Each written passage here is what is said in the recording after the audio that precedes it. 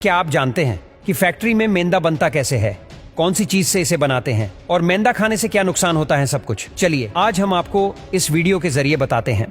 दोस्तों, मैदा भी वैसे गेहूं से ही बनता है जिसकी चपाती हम हर रोज खाते हैं, लेकिन आखिर मैदा फिर उससे अलग कैसे होता है? इसके लिए दोस्तों आपको गेहूं का स्ट्रक्चर समझना होगा। दरअसल गेहूं के दाने के 3 हिस्से होते हैं। जो सबसे ऊपर वाली परत होती है उसे ब्रैन कहते हैं, जिसमें फाइबर मिनरल्स होते हैं। बीच वाले हिस्से को हम एंडोस्पर्म कहते हैं और इसमें स्टार्च कार्बोहाइड्रेट ही होता है।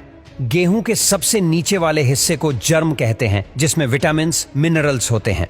मैदा बनाते समय सिर्फ गेहूं के एंडोस्पर्म, जिसमें स्टार्च कार्बोहाइड्रेट ही होता है और उसमें कोई विटामिन या मिनरल नहीं होता, उसी का इस्तेमाल मैदा बनाने के लिए किया जाता है और यही गेहूं का सबसे हानिकारक हिस्सा होता है।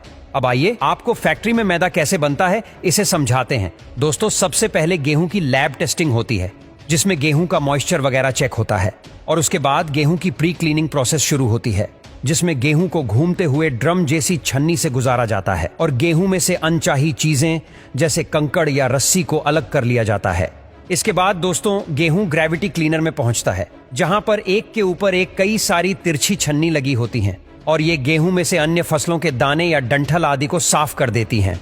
इसके बाद दोस्तों गेहूं को मैग्नेटिक डिस्ट्रॉयर से गुजारा जाता है, जिसमें एक बहुत ही बड़ा इलेक्ट्रोमैग्नेटिक चुंबक लगा होता है, ताकि अगर गेहूं में कोई लोहे की चीज है तो वो अलग हो जाए। अगले प्रोसेस में गेहूं को वाइब्रेट सेपरेटर में भेजा जाता है, जिसमें वाइब्रेट करती हुई छन्नी लगी होती है और ये गेहूं में से अनचाही चीजों को बारीकी से अलग कर देती है। इसके बाद दोस्तों गेहूं को एस्पिरेशन चैनल से गुजारा जाता है, जिसमें गिरते हुए गेहूं को पंखे की तेज हवा में से गुजारते हैं, जिससे गेहूं का भूसा या फिर डस्ट अलग हो जाती है। अब गेहूं को फाइनल क्लीनिंग के लिए ग्रेन वॉशर में भेजा जाता है, जहां पर इसे पानी की मदद से साफ किया जाता है और गेहूं को पानी से अलग भी यही मशीन कर देती है। इसके बाद दोस्तों इस गेहूं को ग्रेन ड्रायर में डाला जाता है, जिसमें इलेक्ट्रिक हीटर और पंखे लगे होते हैं जो गर्म हवा छोड़ते हैं और इससे गेहूं को सुखा लिया जाता है। अब यहीं से गेहूं को कन्वेयर बेल्ट की मदद से स्टोरेज सीलों में भेजा जाता है, ताकि गेहूं में कीड़े ना पड़ जाएं और अगर गेहूं से आटा बनाना है तो सीधा ये गेहूं फ्लोर मिल में भेज दिया जाएगा।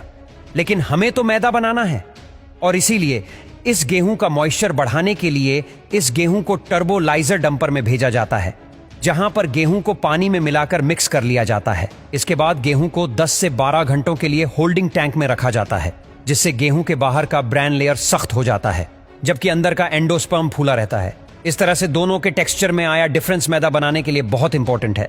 अब गेहूं को क्रैकिंग मिल में भेजते हैं, जिसमें 2 रोल लगे होते हैं जो अलग अलग डिफरेंशियल स्पीड पर घूमते हैं और इन दोनों रोल्स में थोड़ा सा ही गैप होता है और जब गेहूं इनमें से गुजरता है तो वो पिसता नहीं बल्कि अखरोट की तरह क्रैक हो जाता है और यहीं से ब्रैन जर्म और एंडोस्पर्म तीनों गेहूं की लेयर्स अलग हो जाती हैं।